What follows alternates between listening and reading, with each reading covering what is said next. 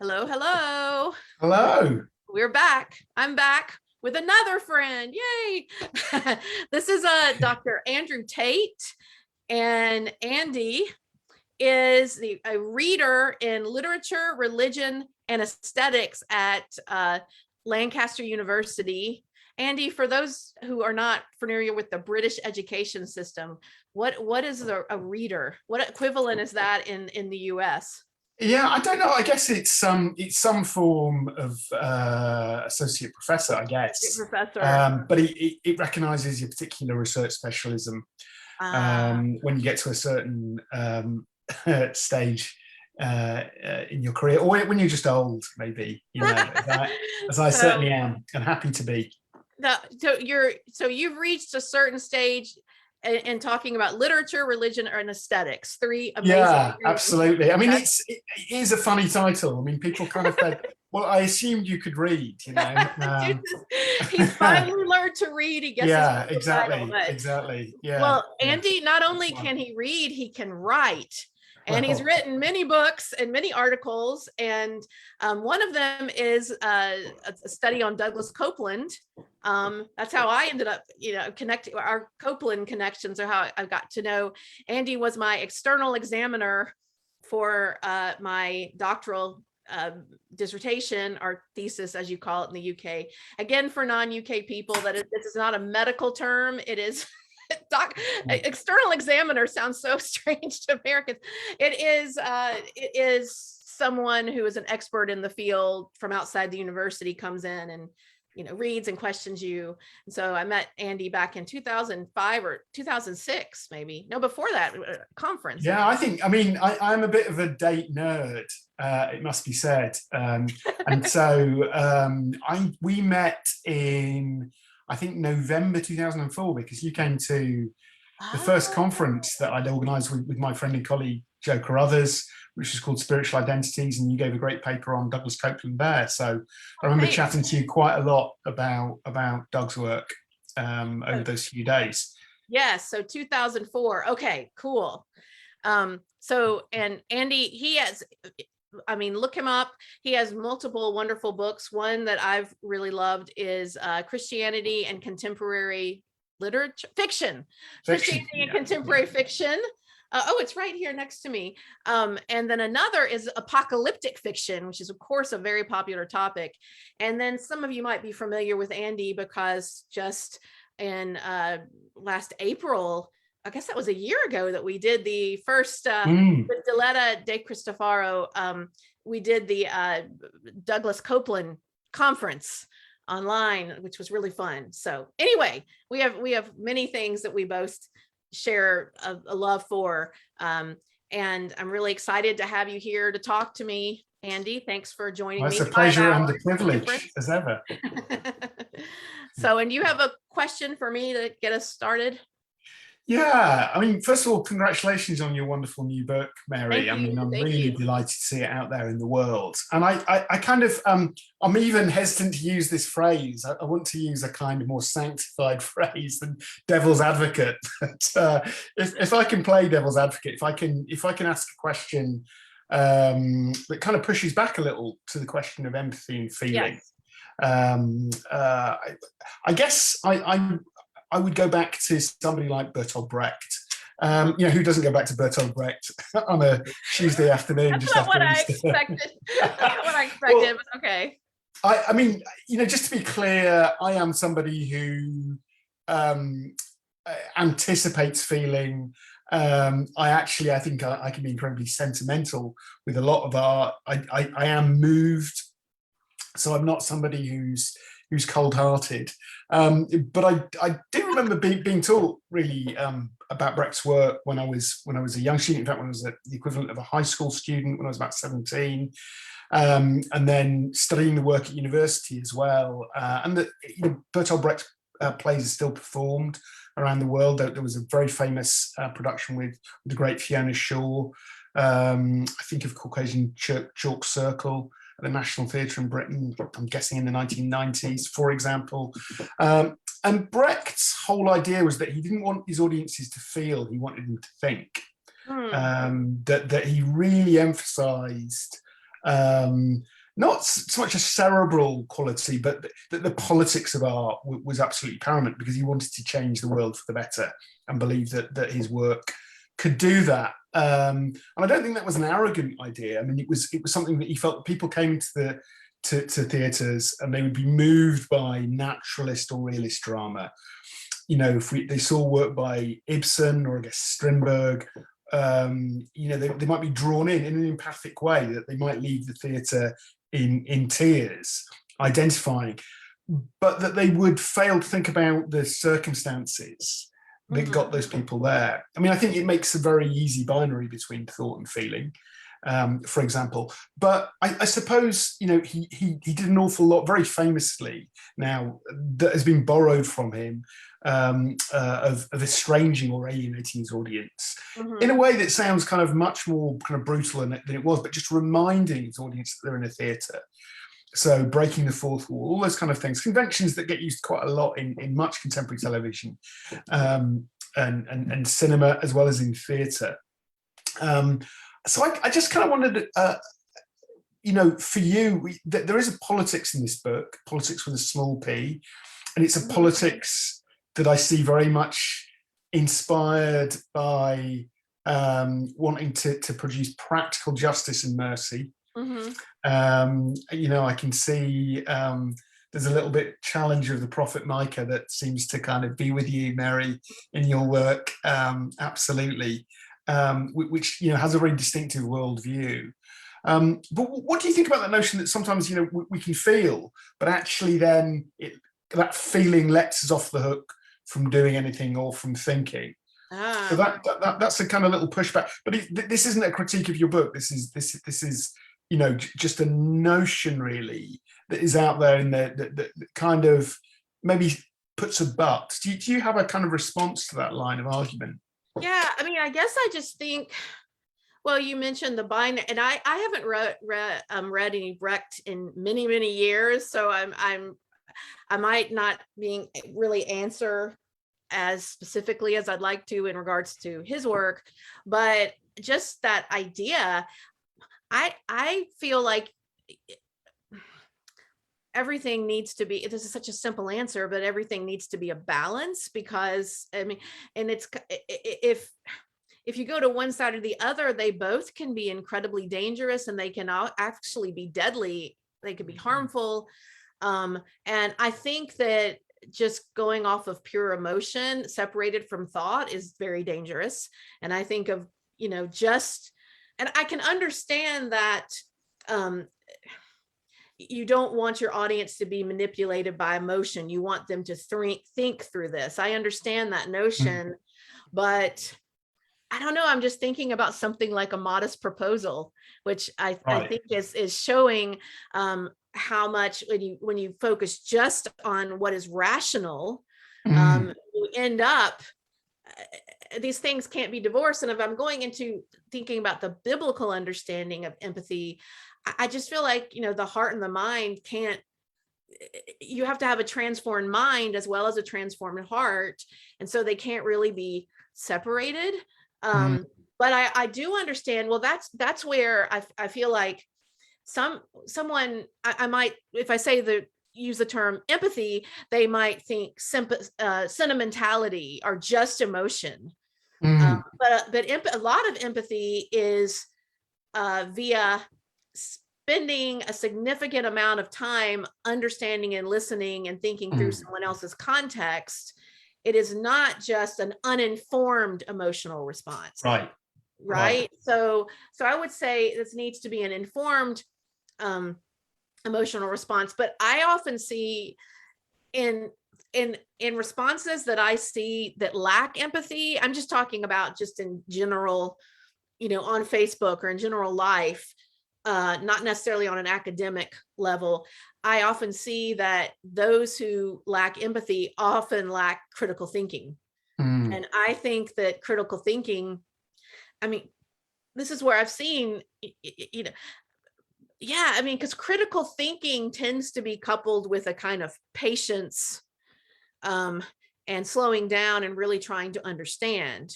Yeah. Now, it can be done with an unhealthy agenda. Like, I'm trying to know everything I can just so I can show that I'm right, you know. But I think maybe humility mixed with critical thinking. I don't know. I'm kind of going all over, but does that respond at all to what you were? No, I mean, it really does. I mean, I think that sense, in some ways, that perhaps creates a false opposite for strategic reasons. That, you know, audiences at that time were looking too much for feeling all the kind of drama that he was seeing. Effectively, you know, as he would see it, was very much the politics of the right. And was used in a way that was kind of promoting what people used to call false consciousness, you know. But what I like about what you're doing is that you're encouraging the notion of empathy, not simply as emotion. Actually, you're talking about it as a form of attention. Yes. To borrow a phrase, and that kind of deceleration, which I think is so important. Which isn't against the kind of the velocity of contemporary culture in lots of ways. I'm not speaking about it from a kind of Luddite or anti-technological perspective, but it becomes harder and harder to get a deep, immersed sense of what is other to us, I think, without that form of attention. And different forms of art. I mean, I wouldn't make a special case for literature. It's the art that I've spent most of my kind of professional life and otherwise kind of invested in. You know, I think painting, music, sculpture, dance, theatre, all of these things require a special form of attention. Yes. In that kind of way, and that's true empathy, you know, in my understanding.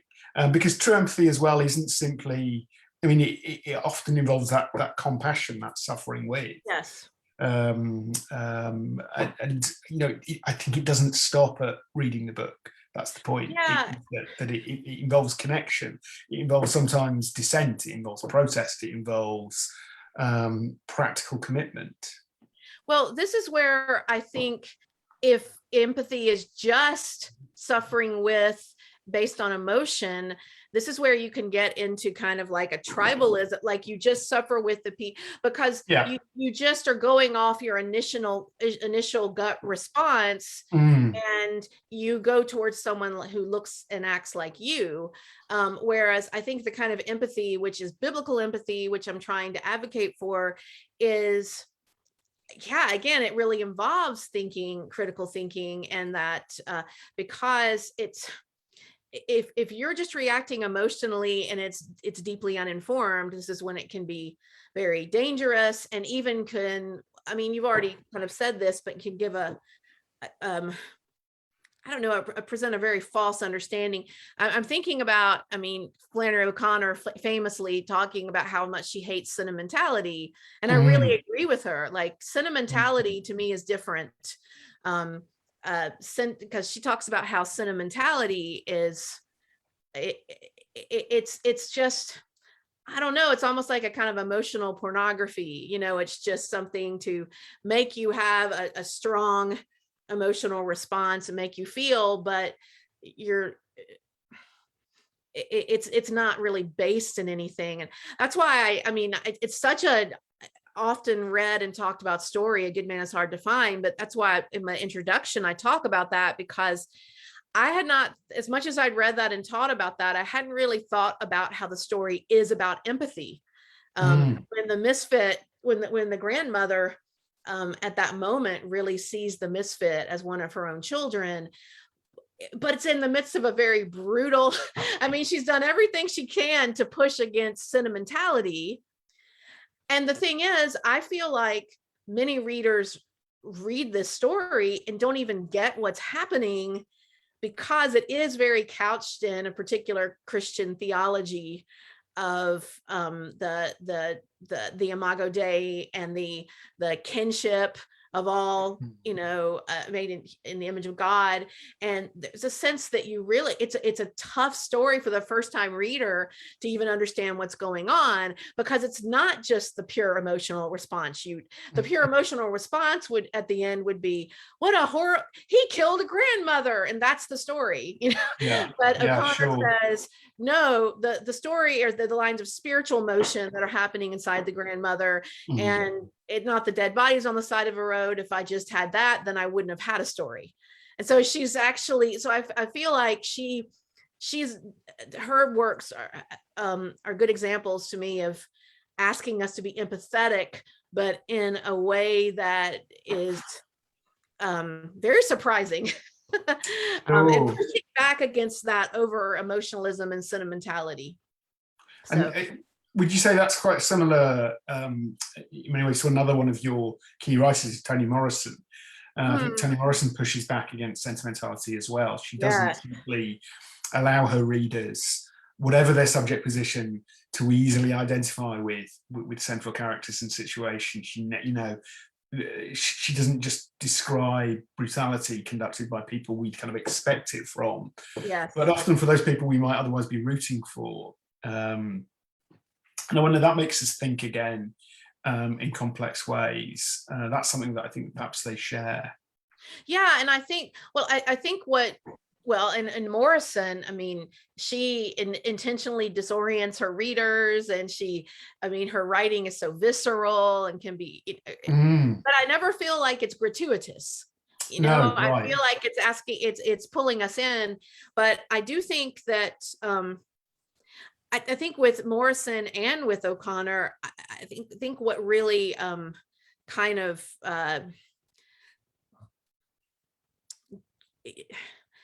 give a, kind of invite us into empathy in a more full and real way is that, as you mentioned, you said the characters that we expect to do bad, like, not, there's not just a simple, here's a bad, here's a good character.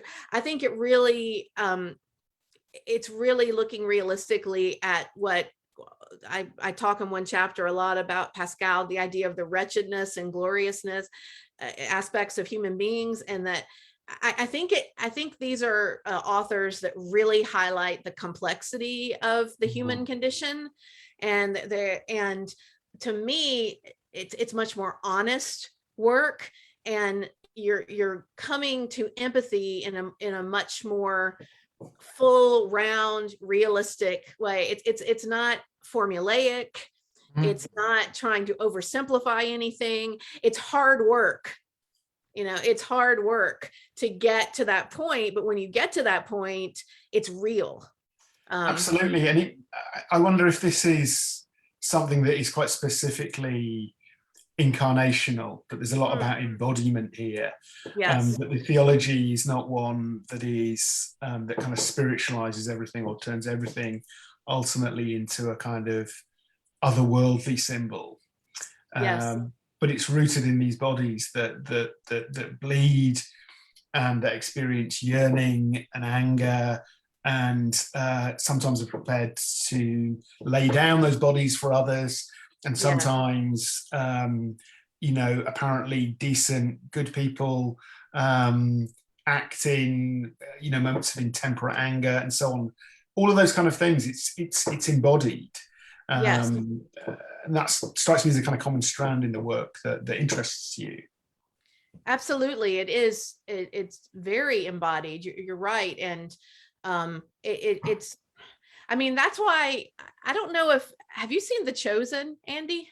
This No, I series haven't. about Jesus. I mean, that's why it's a series about Christ, and I was very resistant to watch it because there's been so much bad Christian art, and especially depiction of Christ. But then so many friends that I trust, it's like, you really need to watch this. And I was shocked. And I was shocked by, but it's exactly what we're talking about. It's not sentimental, and it is very much focusing on the humanity of Christ and his embodiment. And he's funny, he's sarcastic, and the disciples, it's like they're just real. It's grounded in, these are real people. They're deeply problematic. One minute they're this way, the next minute, they're constantly fluctuating. There's the pendulum swing of the human condition. And so I think that's one reason why that show, to me, I mean, you can never accurately represent Christ, but I think it comes closer than I've seen anything, because of the way it shows the human experience. And Right. it's very much and there's one scene in there when Jesus has been healing people all day long, and then he walks by the disciples and he's just about to fall over. It's like all of his energy is gone, and his mother comes up and like takes care of him. Right. And I'm like, I've never thought that way, but I think, No, well, no, for the no. human body, this makes Yeah. sense. Goodness. And so here you are empathizing with Christ over thinking that he had those willed limitations. So Yeah, I mean this wasn't a question I had in mind for you, but I suppose it emerges directly from what you've said. Is I do you think that I mean you'll have different people watching today, some of whom will be people of faith and some of whom won't be. Do you think that the scriptures often benefit and are illuminated by post-scriptural art, of any generation? So something like The Chosen, used as a recent example, or less directly, work by Morrison or by O'Connor. Do you think that's given you a richer understanding of the kind of the sacred text, as it were, to you? I do. I mean, I do think scripture in it of itself has such a human, it really does. I mean, that's one thing that when I've struggled with faith, I mean, some things that are very helpful to me are seeing how real these characters are. I mean, who would make someone like David or Peter? Right. I mean, they were not, what we think traditionally heroic figures. And so I think that's already there, but yeah, it's really wonderful. I'm thinking of like Madeline Langles and Malcolm Guite, some of the poetry that they've written that's kind of imagining from the experience of some of the individuals in the scripture. And just to remind, because a lot of that isn't so much because it's not that the Bible has a deficit or needs to be added to. I think it's often about the way the Bible is taught. And it is taught like these kind of cardboard cutout. I don't know. And I feel like when we how art helps us maybe to even have more open eyes. I know me watching The Chosen made me want to go back and read what the Bible said about and realize, oh, maybe I've been reading this too simplistically. Well, yeah, I guess it's one of the great appeals for me of what's broadly called narrative theology, which really resists the notion of using the Bible in terms of proof texts or the kind of gotcha, which anybody soon runs into trouble with. I mean, we live in very adversarial times in many ways that are, if not alienated from empathy, I think in which the virtues of empathy are kind of are lost. They're regarded either as kind of sentimentality or something other than the reality that you're suggesting is possible, which is decelerated, radically compassionate, capable of great thought, attentive, humble as well. It isn't about an answer. But I guess that sort of sense of narrative theology, you don't divorce individual ideas and use them as a way of plumping up your own polemic, which happens an awful lot in different ways. I mean, without kind of naming any particular movements, we see this globally. We see this in our own cultures, and we see it, of course, well beyond religious limits as well, where particular kind of texts or ideas are used really as a form of self-justification, which is sort of the opposite of that empathy.